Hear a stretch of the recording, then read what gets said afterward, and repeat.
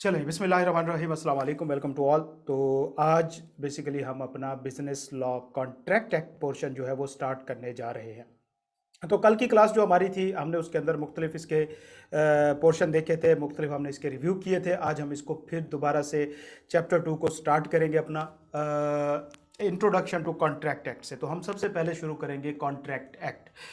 अच्छा बच्चे, अगर हम थोड़े से इसको देखें तो इसके दो पार्ट बनाए हैं आई के अपने स्टडी टेक्स्ट के अंदर। पार्ट 1 और पार्ट 2 जो है वो परफॉर्मेंस से रिलेटेड है। तो 4 चैप्टर पहले में आते हैं, 5 दूसरे में आते हैं और इस तरह करके इसको कंप्लीट किया गया है।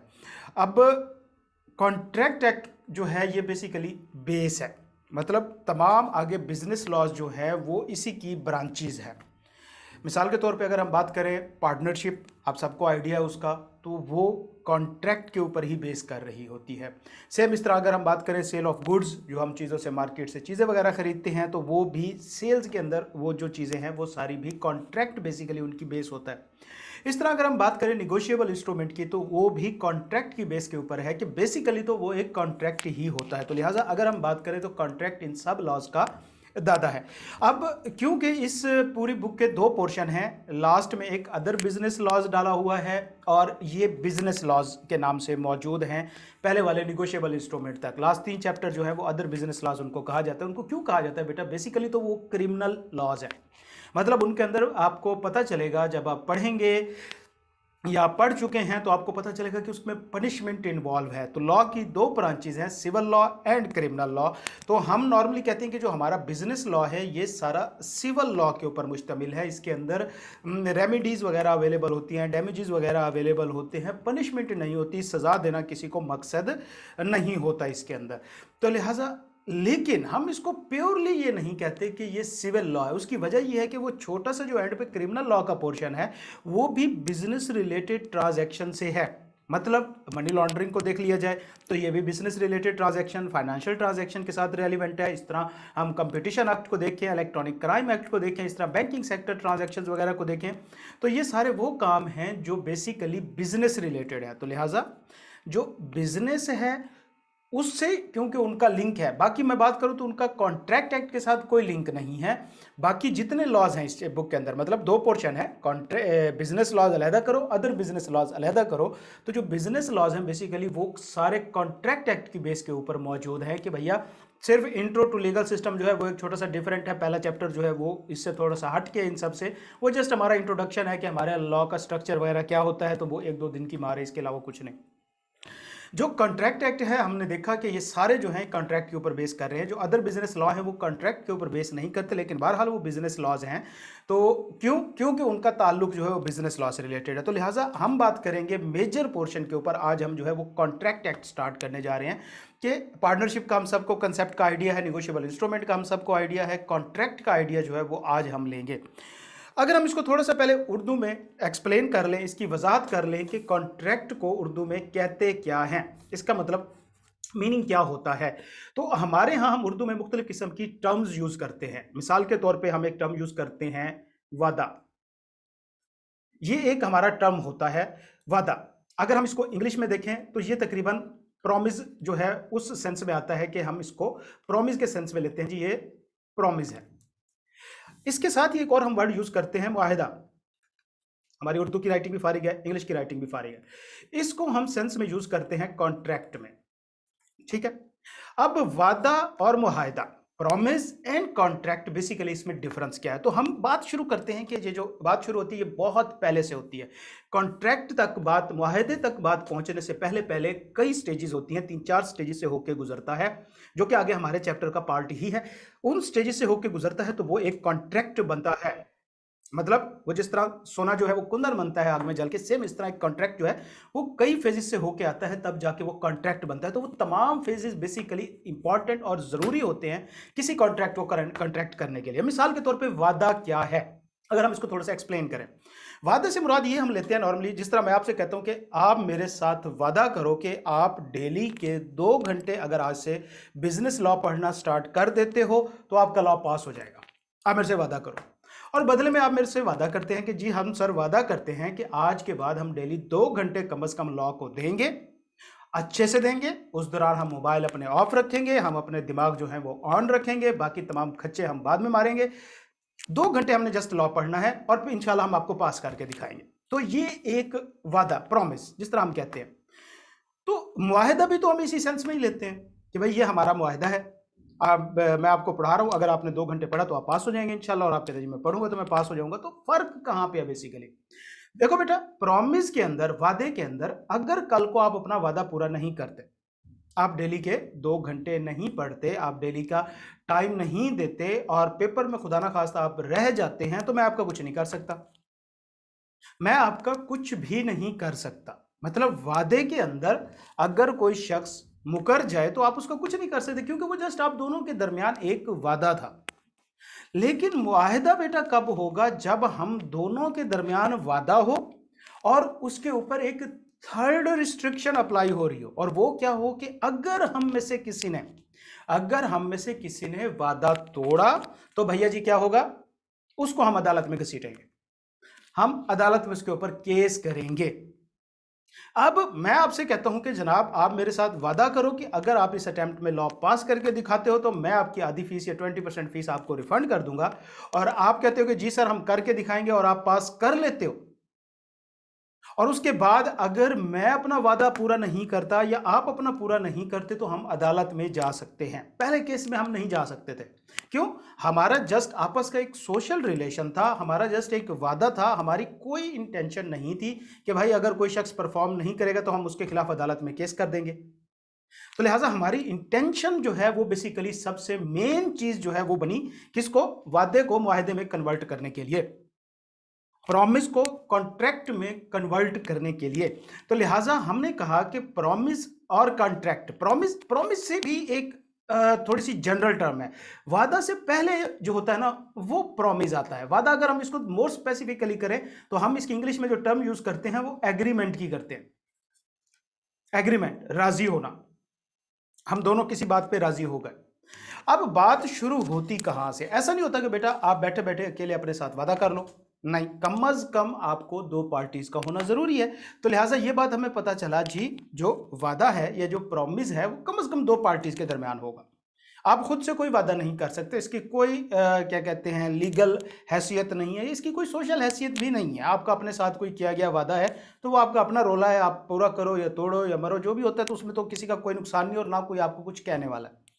लेकिन वादा कहां पे मैटर करता है? जब 2 पार्टीज के दरमियान हो। तो बात बेसिकली शुरू होती है इस तरह कि आप ऐसे बैठे हो और आप कहो कि जी ठीक है मैं वादा करता हूं कि जी मैं अगले साल जो है कैफ क्वालिफाई कर जाऊंगा, या मैं अगले साल जो है वो सीए क्वालिफाई कर जाऊंगा। भाई किसके साथ वादा कर रहे हो? कोई इसका मुंह सर नहीं बन रहा, कोई इसका तुक नहीं बन रहा। तो लिहाजा हमें पता चला कि वादा किसी ऐसे शख्स के साथ किया जाता है, या प्रॉमिस किसी ऐसे शख्स के साथ किया जाता है जो आपके साथ प्रॉमिस करने के लिए विलिंग हो। मिसाल के तौर पे मेरे पास एक गाड़ी है, एक कार है, मैं उसे बेचना चाहता हूं और मैं 10 लाख उसकी कीमत लगाता हूं। मुझे पता चलता है जी अहमद एक है आदमी और उसको कार चाहिए बेसिकली। अब वादा कब होगा या प्रॉमिस कब बनेगा? जब मैं अहमद को कहूंगा कि भाई मैं ये कार बेचना चाहता हूं, क्या आप इसे खरीदते हो? अहमद कहेगा जी मैं खरीदता हूं।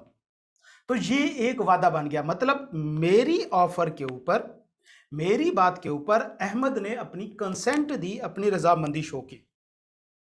आवाज क्लियर है अहमद बच्चे? जी सर। अट तो नहीं रही? No sir. अच्छा, एक मिनट दीजिए मुझे जरा, मैं इसको भी क्लोज कर दूं।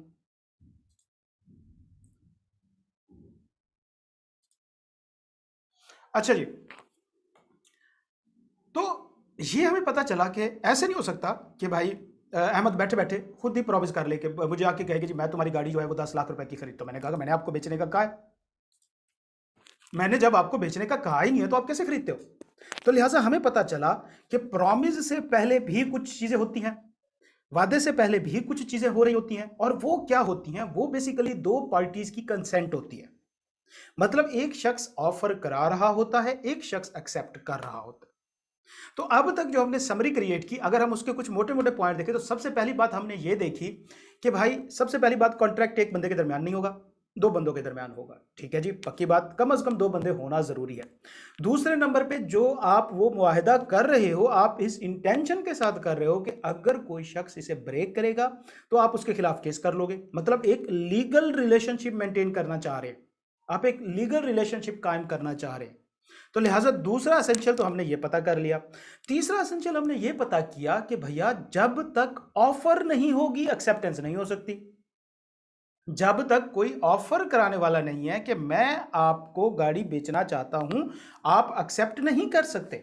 आप मुझे आगे कहें जी ठीक है मैं आपके 10 लाख में गाड़ी खरीदूंगा, मैंने कहा मैंने बेचनी है, मैं आपको किसने कहा है, या मैंने कहा आपको ऑफर कराई है, नहीं, तब कॉन्ट्रैक्ट नहीं होगा।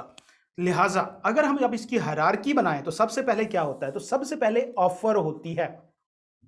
मतलब कॉन्ट्रैक्ट बनाने की अगर हम स्टेजेस देखें, सबसे पहले ऑफर होती है जिसको प्रपोजल भी कहा जाता है। तो ऑफर क्या हुई कि जब कोई शख्स अपनी रजामंदी किसी दूसरे शख्स की रजामंदी लेने के लिए शो कराता है, मतलब मैं अपनी कोई इंटेंशन शो कराता हूं किसी दूसरे बंदे को उसकी रजामंदी लेने के लिए। मैं अपनी इंटेंशन शो करा रहा हूं अहमद को कि मैंने गाड़ी बेचनी है, किस लिए कि भाई अहमद इसके ऊपर रजामंदी जाहिर करे कि उसने खरीदनी है। समझ आई बात यहां पे? जी सर। हाँ, तो ये एक ऑफर या प्रपोजल कहलाता है। जब ऑफर या प्रपोजल के अंदर एक्सेप्टेंस ऐड हो जाएगी, मतलब एक्सेप्टेंस ऐड हो जाएगी। एक्सेप्टेंस से क्या मुराद है कि जो मैंने ऑफर कराई, जो मैंने इंटेंशन शो की, उसके अगेंस्ट में दूसरे बंदे ने अपनी विलिंगनेस शो कराई, अपनी रजामंदी शो कराई, अपनी कंसेंट दे दी। जिस तरह मैंने अपनी कंसेंट ऑफर में शो कराई कि भैया मैं आपको 10 लाख की गाड़ी बेचना चाहता हूं, बदले में अगर आप कह देते हैं जी मैं आपकी गाड़ी 10 लाख में खरीद लूंगा, तो आपने अपनी एक्सेप्टेंस दे दी। ऐसी बात है? जी सर। जी बिल्कुल, सर। आपने अपनी एक्सेप्टेंस दे दी तो ये बन जाता है प्रॉमिस।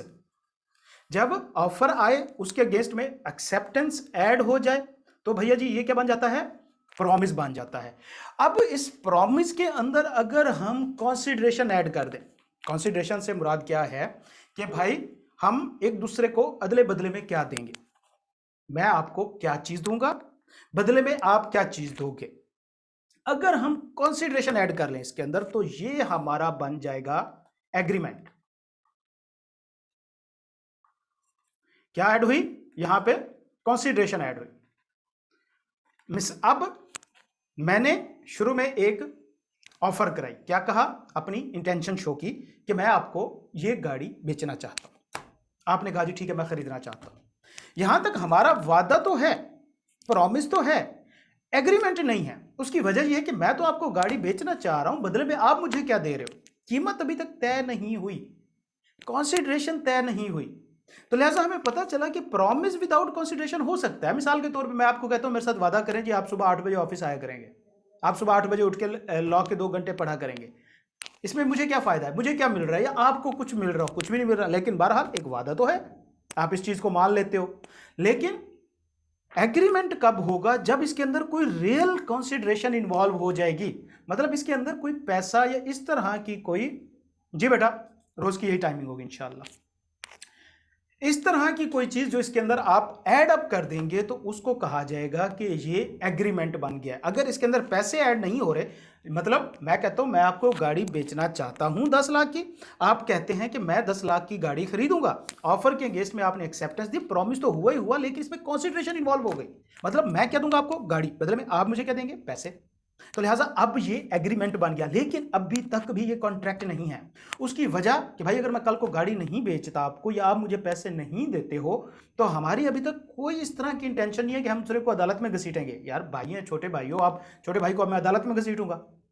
लेकिन आपने कहा, मैंने इंटेंशन दी, मैंने ऑफर कराई, इंटेंशन दी कि मैं आपको गाड़ी बेचता हूं 10 लाख रुपए की, आपने एक्सेप्टेंस दी, मैं आपकी 10 लाख की गाड़ी खरीदता हूं, कंसिडरेशन ऐड करके एक्सेप्टेंस दी, हमारा एग्रीमेंट हो गया। लेकिन अगर आगे हम यही बात करते हैं कि भाई अगर आपने गाड़ी ना दी या आपने पैसे ना दिए तो मैं अदालत में आपके ऊपर केस कर दूंगा, और हम दोनों इस बात पे राजी हो जाते हैं कि अगर हम में से किसी शख्स ने ये एग्रीमेंट परफॉर्म ना किया तो हम अदालत में चले जाएंगे। अब इसके अंदर थर्ड चीज ऐड हो गई है, ऑफर, एक्सेप्टेंस, और साथ में क्या हुआ, इन्फोर्सिबिलिटी ऐड हो गई, हमारे ऊपर पाबंदी आ गई, ये अब मुआहिदा बन गया। मुआहिदे से मुराद ऐसा वादा जिसको परफॉर्म करने के हम पाबंद हैं, जिसको हम नहीं लीव कर सकते, जिसको हम छोड़ नहीं सकते, तोड़ नहीं सकते, हमें उसके कॉन्सिक्वेंसेस भुगतने पड़ेंगे। तो लिहाजा फिर वो कॉन्ट्रैक्ट बनेगा। तो लिहाजा कॉन्ट्रैक्ट की कितनी स्टेजेस हैं? पहली स्टेज ऑफर, जिसको हम प्रपोजल कहते हैं कि भाई कोई भी शख्स, क्या डेफिनेशन हुई, कोई भी शख्स जब किसी की रजामंदी लेने के लिए अपनी कोई इंटेंशन शो कराता है। लॉ में मुश्किल सी टर्म्स होंगी, मुश्किल सी चीज होंगी, आसान लफ्जों में, जब कोई शख्स किसी की रजामंदी लेने के लिए किसी काम के ऊपर अपनी इंटेंशन मतलब अपना एक इजहार जो है उसको करता है, उसको प्रपोजल कहा जाता है। बाकी प्रपोजल का छछोरा मतलब आप सबको पता है उसका। सीए वाले हैं, यूनिवर्सिटीज में नहीं गए आप, तो यूनिवर्सिटीज की तो वीडियो भी आती रहती है। खैर, हमारे आप लोगों को इन चीजों के ऊपर ध्यान नहीं देना चाहिए, हमारा इन चीजों से कोई दूर तक लेना देना नहीं होता। ओके, तो लिहाजा क्या हुआ कि भाई प्रपोजल क्या है, किसी को अपनी इंटेंशन शो कराना, इस नियत से अगले की रजामंदी ली जाए। मैंने आपको इंटेंशन शो कराई, मैं आपको गाड़ी बेचता हूं, एक 10 लाख रुपए की आप खरीदते हो। एक्सेप्टेंस क्या है, जिसकी आप रजामंदी लेना चाहते हो वो बंदा राजी हो जाए, वो बंदा अपनी रजामंदी दे दे, हाँ जी मैं लेना चाहता हूं, तो ये एक्सेप्टेंस होगा। इसमें बन जाएगा हमारा प्रॉमिस। हमारी थर्ड स्टेज कंप्लीट हुई। प्रॉमिस में जब हम कंसीडरेशन ऐड कर देंगे, मतलब इसके अंदर पैसे इंवॉल्व हो चुके हैं एक्सेप्टेंस के वक्त ही, तो ये हमारा एग्रीमेंट बन गया। और जब हम इसके अंदर लीगल रिलेशनशिप डाल देते हैं कि भाई अगर हम में से किसी ने परफॉर्म ना किया कॉन्ट्रैक्ट, तो हम उसको अदालत में ले जाएंगे। अगर ये इंटेंशन शामिल हो जाती है एग्रीमेंट के अंदर, तो वो हमारा बन जाएगा कॉन्ट्रैक्ट। तो कॉन्ट्रैक्ट की स्टेजेस क्लियर हुई। प्रपोजल, उसके अंदर हुई एक्सेप्टेंस ऐड, जैसे ही एक्सेप्टेंस ऐड हुई वो बन गया प्रॉमिस, प्रॉमिस के अंदर ऐड हुई कंसीडरेशन, वो बन गया एग्रीमेंट, एग्रीमेंट के अंदर ऐड हुआ लीगल स्टेटस, वो हमारा कॉन्ट्रैक्ट बन गया। स्टेजेस हायरार्की क्लियर है सारी बच्चे? निशान अहमद, चलें जी, गुड हो गया। अब हम जरा बुक से देखते चलते हैं। कुछ भी नहीं है इसके अंदर, वही चीजें जो हमने अभी पढ़ी हैं, डेफिनेशन है इसके अंदर, इसके अलावा इसके अंदर कोई लंबी चौड़ी चीज नहीं है। प्रपोजल से क्या मुराद है, वो कहता है अब ये टर्म्स मैटर करती हैं। लॉ के अंदर टर्म्स मैटर करती हैं जो लीगल वर्डिंग में यूज हो रही होती हैं। अब बेटा देखो, ये बात कोई जरूरी नहीं है कि आपको सारी टर्म्स जो है वो अभी से समझ आना शुरू हो जाए। समझा मैं आपको दूंगा, अभी से याद भी होना शुरू हो जाए, या आप उस इन्वायरमेंट के अंदर ढल जाओ कि आपको ये टर्म्स जो हैं लिखना आ जाए, तो ये अभी 3-4 चैप्टर्स तक नहीं होगा। आपको अभी 2-3 चैप्टर जो है वो कम से कम पढ़ने के बाद फिर आपको पता चलेगा कि लीगल लैंग्वेज कैसे आपकी लाइफ में आती है।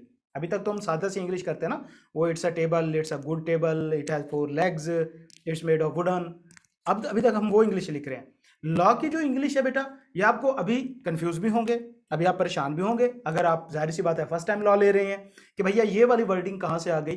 तो ये 2 तरीकों से आती है। सबसे पहले भैया आपको रेगुलर क्लासेस लेनी पड़ेंगी। क्यों? क्योंकि क्लास के अंदर ही मैं आपको समझा पाऊंगा कि भैया इसके क्या मतलब है और इसको कैसे लिखना है। दूसरे नंबर पे आपको इसकी प्रैक्टिस करनी होगी पास्ट पेपर की, जितने टिका के कर सकते हैं इसकी प्रैक्टिस करें, ठीक है।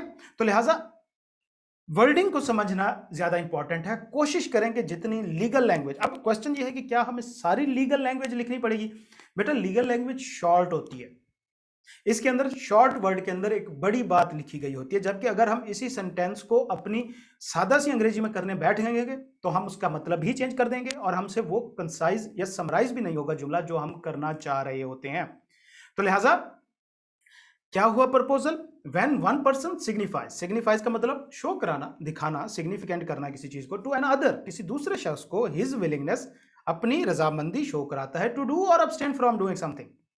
अब्सटेन का मतलब होता है रोकना, कि जब एक शख्स किसी दूसरे शख्स को अपनी इंटेंशन शो कराता है कि ये काम करना है या ये काम नहीं करना। करने की मिसाल तो मैंने आपसे ले ली ना, दे दी कि भाई मैं आपको गाड़ी बेचना चाहता हूं कि आप खरीदना चाहते हो। ना करने की मिसाल क्या है कि मैं आपसे कहता हूं कि मेरे साथ वादा करो तुम ये जमीन मेरे अलावा किसी को नहीं बेचोगे। आप कहते हो जी ठीक है मैं नहीं बेचूंगा। तो ये दोनों, एक पॉजिटिव स्टेटमेंट एक नेगेटिव स्टेटमेंट, दोनों कॉन्ट्रैक्ट ही होते हैं।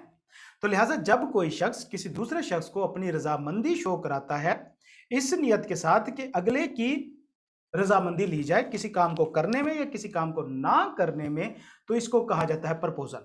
तो अब हम इसमें वर्ड देखते हैं। सिग्निफाइज का मतलब होता है बेटा शो कराना, दिखाना, विलिंगनेस रजामंदी, ऑब्स्टेन का मतलब होता है रोकना किसी को, with a view obtaining the assent, assent से भी यही मुराद होता है रजामंदी, एसेंट भी रजामंदी को कहा जाता है, of that other to such act और एब्सटेंस, एब्सटेंस से मतलब रुक जाने को कहा जाता है, ये उसका नाउन हो जाता है एब्सटेंस। तो लिहाजा प्रपोजल क्या है? किसी शख्स को रजामंदी शो कराना किसी काम के करने या ना करने की, अगले की इंटेंशन लेने के लिए, अगले की कंसेंट लेने के लिए, तो इसको प्रपोजल कहा जाता है। प्रॉमिस कब बनता है? तो हमने कहा था कि जब ऑफर के अंदर एक्सेप्टेंस ऐड हो जाएगी तब प्रॉमिस बन जाएगा। तो देखो कि जब when the person to whom the proposal is made, कि जिस शख्स को प्रपोजल आपने दिया उसने अपनी कंसेंट दे दी, उसने अपनी रजामंदी शो करा दी, तो इसका मतलब है कि भैया ऑफर एंड एक्सेप्टेंस दोनों चीजें शामिल हो गई, तो वो हमारा प्रॉमिस बन गया। समझ आ गई बात? चल गुड हो गया।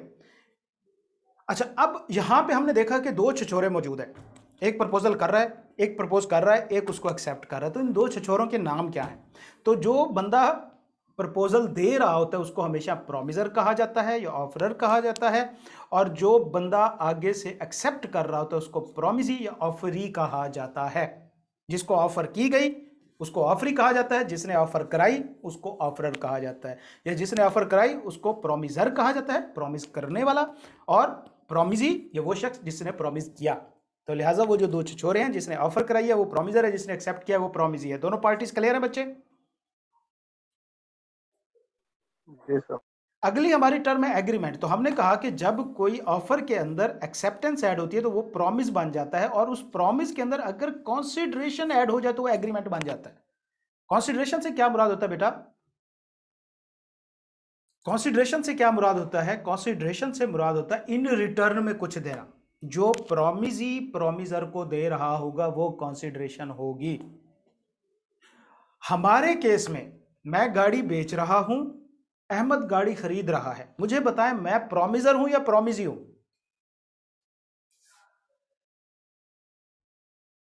जी सर, दोबारा सर। मैं गाड़ी आपको बेच रहा हूं, मैंने कहा कि मैंने आपको ये 10 लाख की गाड़ी बेचनी है, आप कहते हैं जी मैं आपसे 10 लाख की गाड़ी खरीदता हूं। तो मुझे बताएं इसमें प्रॉमिसर कौन है, आप या मैं? प्रॉमिसर आप है। शाबाश, प्रॉमिसर मैं हूं। क्यों? क्योंकि मैं आपको ऑफर करा रहा हूं। प्रपोजल दे रहे हैं। शाबाश, प्रॉमिसी कौन हो गया? जो प्रपोजल देता है। जिसको नहीं नहीं नहीं, प्रपोजल दिया जो जाता बस है। दिया जाता है, और जो शा, प्रोमिसर होता है वो प्रपोजल देता है। शाबाश। अच्छा, अब मुझे ये बताएं कि हमारी इस एग्रीमेंट के अंदर, हमारे इस कॉन्ट्रैक्ट के अंदर दो चीजें मूव कर रही हैं वैल्यूएबल, एक गाड़ी और एक 10 लाख। इनमें से कंसीडरेशन कौन सी है, गाड़ी है या 10 लाख है? गाड़ी के बदले पैसे मिल रहे हैं। हाँ, तो 10 लाख कंसीडरेशन कहेंगे या गाड़ी को कंसीडरेशन कहेंगे? 10 आपके लाख। लिए 10 लाख है क्योंकि आप गाड़ी बेच रहे हैं, और शाबाश, जिसने गाड़ी लेनी है उसके लिए गाड़ी है क्योंकि उसने पैसे शाबाश, देने हैं। हाँ बिल्कुल। लेकिन जब हम बात कर रहे होंगे कॉन्ट्रैक्ट एक्ट के केस में, हम हमेशा कंसीडरेशन उस चीज को कहेंगे जो प्रॉमिसी दे रहा होगा। तो यहां प्रॉमिसी अहमद है, और अहमद क्या दे रहा है? गाड़ी दे रहा है, पैसे दे रहा है? पैसे। पैसे दे रहा है। तो लिहाजा इस ट्रांजैक्शन में 10 लाख कंसीडरेशन होगी। लेकिन हम इसको उल्टा करते हैं। अहमद मेरे पास आता है, अहमद मेरे पास आया, ये मैं हूं, कुछ ऐसा ही दिखता हूँ। ओके, हाँ कुछ ऐसा ही होगा, 2-4 बाल भी सर पे है मेरे अभी तक। ओके, अहमद मेरे पास आया, मुझे कहता है कि सर मैंने आपकी गाड़ी 10 लाख रुपए की खरीदनी है, और मैं कहता हूं जी ठीक है मैं 10 लाख रुपए में आपको गाड़ी बेचता हूं। अब प्रॉमिसर कौन है?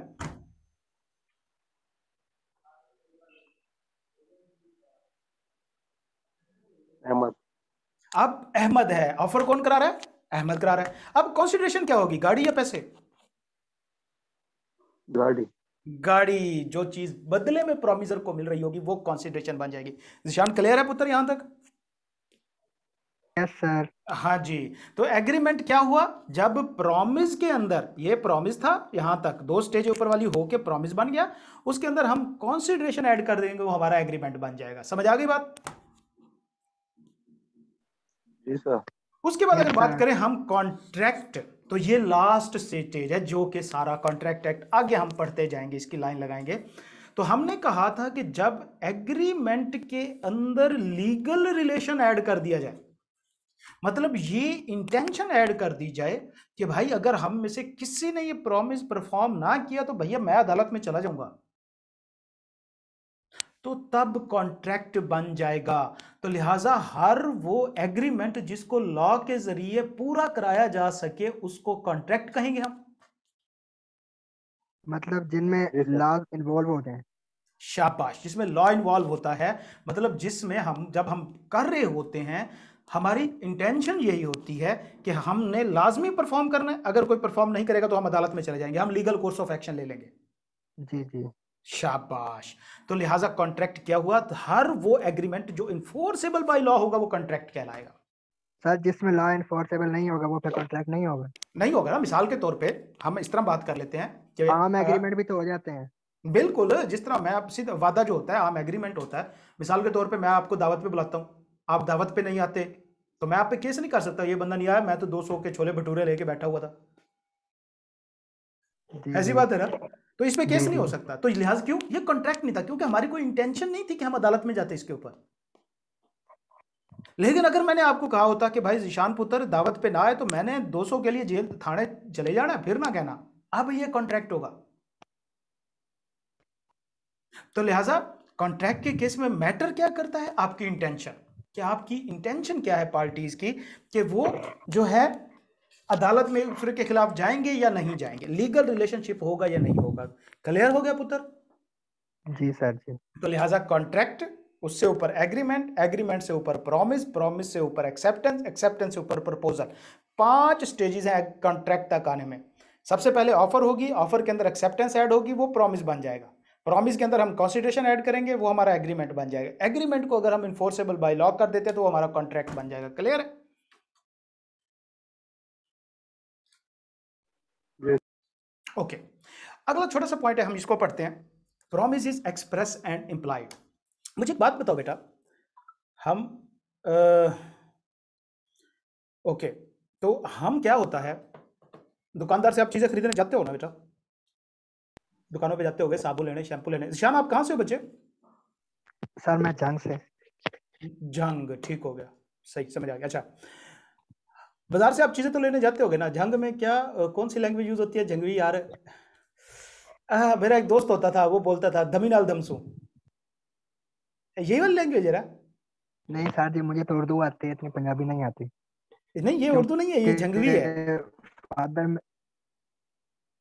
नहीं, मुझे जंगवी भी इतनी नहीं आती क्योंकि मेरे फादर ज्यादातर आर्मी में उनका टाइम गुजरा है, तो हम भी उनके साथ ही रहे हैं, तो अब उनके आप रिटायरमेंट के बाद जंग आप है। पंजाबी हैं या सराइकी तो हैं, पहले इसलिए ये सब बताएं मुझे। है पंजाबी, लेकिन पंजाबी आती नहीं है, उर्दू ही बोलते हैं ज्यादातर। अच्छा, ज्यादातर उर्दू बोलते हैं, ठीक हो गया, चलें जी, अच्छी बात है, कोई नहीं। हाँ, आप तो मैं पूछ कराची रहा से था। हैं? नहीं बेटा, मैं कराची से कहा, मैं वैसे बेसिकली भावलपुर से हूँ। जी जी। 10-12 साल से लाहौर में खज्जल हो रहे हैं। अच्छा, चलें, इसके ऊपर हम बाद में डिस्कस करेंगे। मिसाल के तौर पे आप दुकानों पे साबुन सोदा लेने जाते हैं ना, अहमद जाते हो पुत्र?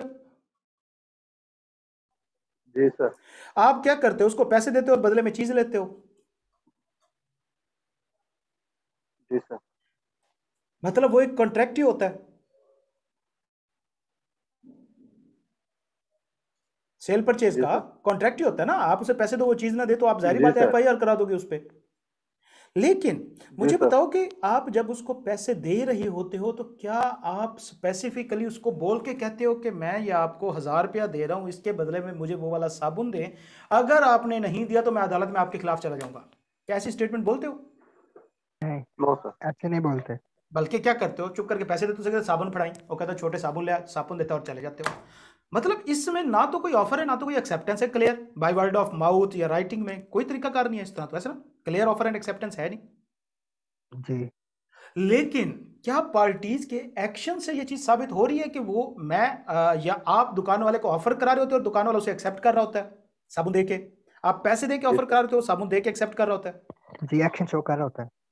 तो शाबाश, यही चीज वो कहता है कि ये जो प्रॉमिस के अंदर ऑफर एंड एक्सेप्टेंस होती है, जरूरी नहीं कि ये स्पेसिफिकली वर्ड से बोल के या लिख के की जाए, ये हमारे एक्शंस से भी जाहिर हो सकती है, ये बॉडी इंप्लाइड भी हो लैंग्वेज से। सकती है।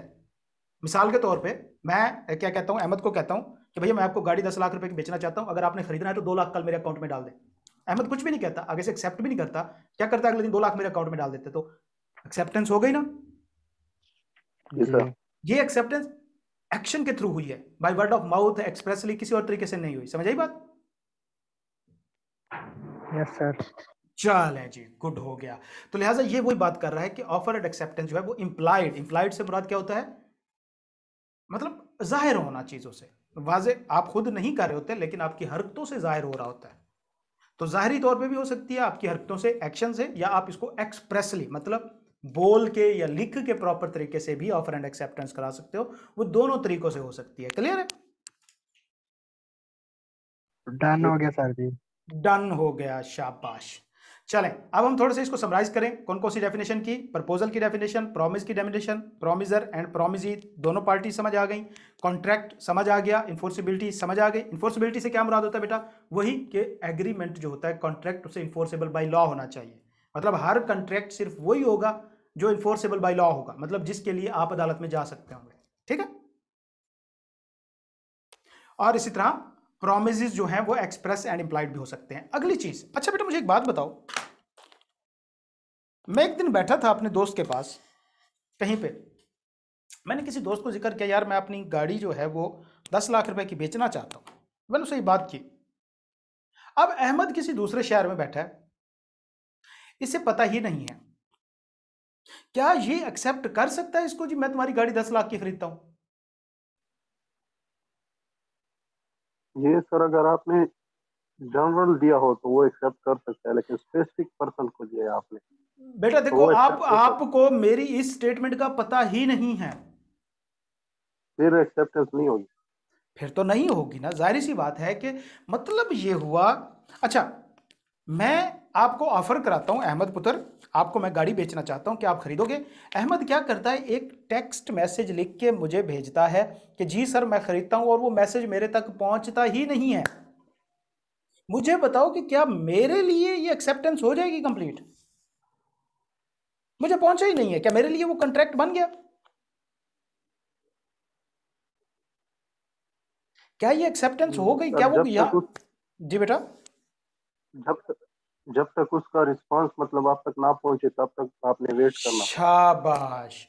मतलब जब तक हम दोनों की बात, मतलब ऑफर और एक्सेप्टेंस एक दूसरे के पास क्लियरली ना पहुंच जाए, कम्युनिकेट ना हो जाए, तब तक कोई कॉन्ट्रैक्ट नहीं हो सकता।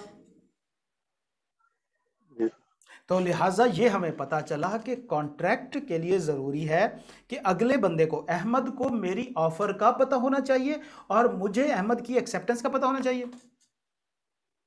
जी सर। मतलब ऑफर एंड एक्सेप्टेंस प्रॉपर तरीके से कम्युनिकेट की गई होनी चाहिए, जी सर। तब ही जाके कॉन्ट्रैक्ट बनेगा। जिशान, जी सर। समझ रहे हैं बात को? हाँ जी। जी जी सर। तो अब हमने यही पढ़ना है कि ऑफर एंड एक्सेप्टेंस कम्युनिकेट किस वक्त होती है और कैसे कैसे तरीकों से होती है। मतलब किन तरीकों से आप एक्सेप्टेंस कर सकते हो, या फिर मैं आपको बोल के भी कर सकता हूं, मैं आपको व्हाट्सएप से कर सकता हूं, फोन से कर सकता हूं, मैसेज से, ईमेल के थ्रू कर सकता हूं, बाई पोस्ट कर सकता हूं, लेटर लिख के कर सकता हूं, कई तरीके से हो जाती है। अच्छा, तो प्रपोजल सिंपल, ये वही डेफिनेशन है। आगे चलते हैं। Following point are important. Proposal के केस में, ऑफर के केस में कुछ इंपॉर्टेंट पॉइंट है। अब बेसिकली हम सिर्फ दो चीजों को अगले पूरे चैप्टर में डिस्कस करेंगे, शुरू वाली दो चीजें। कौन सी? Offer and acceptance. आगे हम पूरे चैप्टर के अंदर सिर्फ इसी को डिस्कस करेंगे कि ऑफर के एसेंशियल क्या है, कौन कौन सी कंडीशन फुलफिल होनी चाहिए, और कौन कौन से उसकी क्या कहते हैं एक्सेप्टेंस के एसेंशियल्स हैं, और किन किन तरीकों से ये कम्युनिकेट हो सकती है। तो लिहाजा सबसे पहले ऑफर के केस में कुछ बातें ध्यान में रखना। सबसे पहली बात, खुद को ऑफर नहीं हो सकती। तो ये बात हम शुरू में कर चुके हैं कि कॉन्ट्रैक्ट के केस में कम से कम दो पार्टीज का होना जरूरी है। जी सर।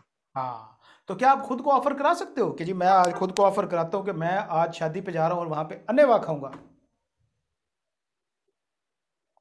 और खुद ही तो एक्सेप्ट कर लो जी मैं एक्सेप्ट करता हूं? ये सीए में हम प्रॉमिस करते रहते हैं जी, मैंने कल उठ के सुबह लाजमी पढ़ना है, अगर मैं ना उठा तो मैं आहो अगले दिन वो 11 बजे आँख ऐसा होता खुलती। नहीं है। हाँ, यही तो मसला है ना, तो फिर कोई वो ऑफर नहीं है।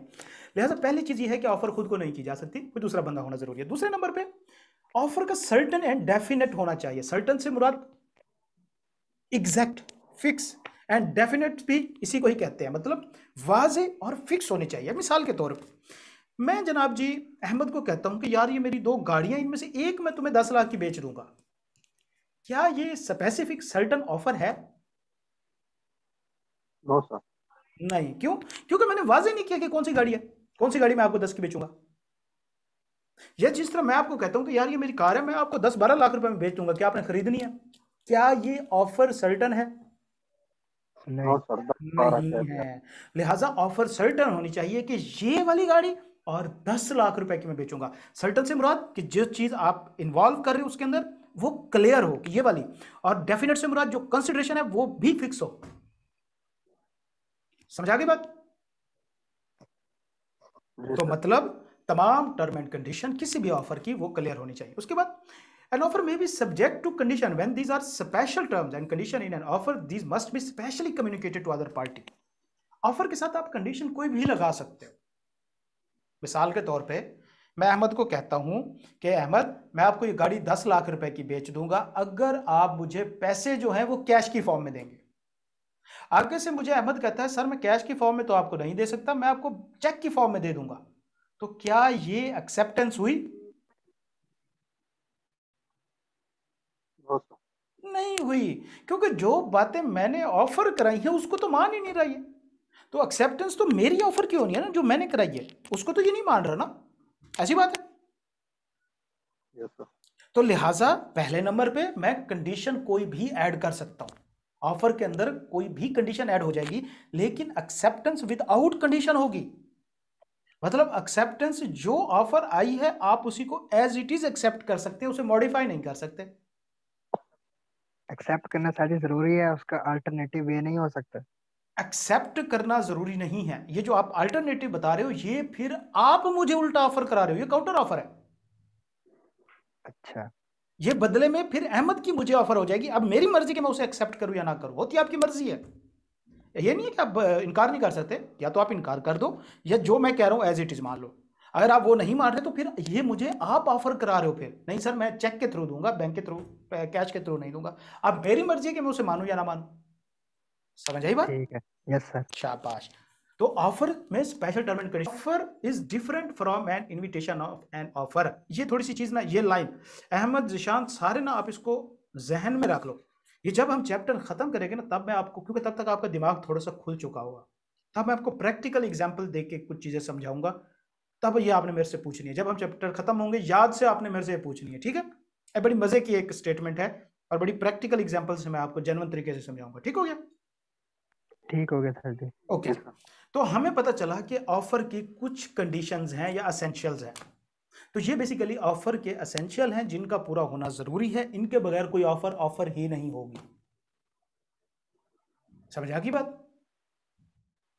सर्टन होनी चाहिए, किसी दूसरी पार्टी को होनी चाहिए, खुद को नहीं होनी चाहिए, और तीसरे नंबर पे अगर कोई कंडीशन है तो वो भी प्रॉपर तरीके से साथ में कम्युनिकेट होनी चाहिए।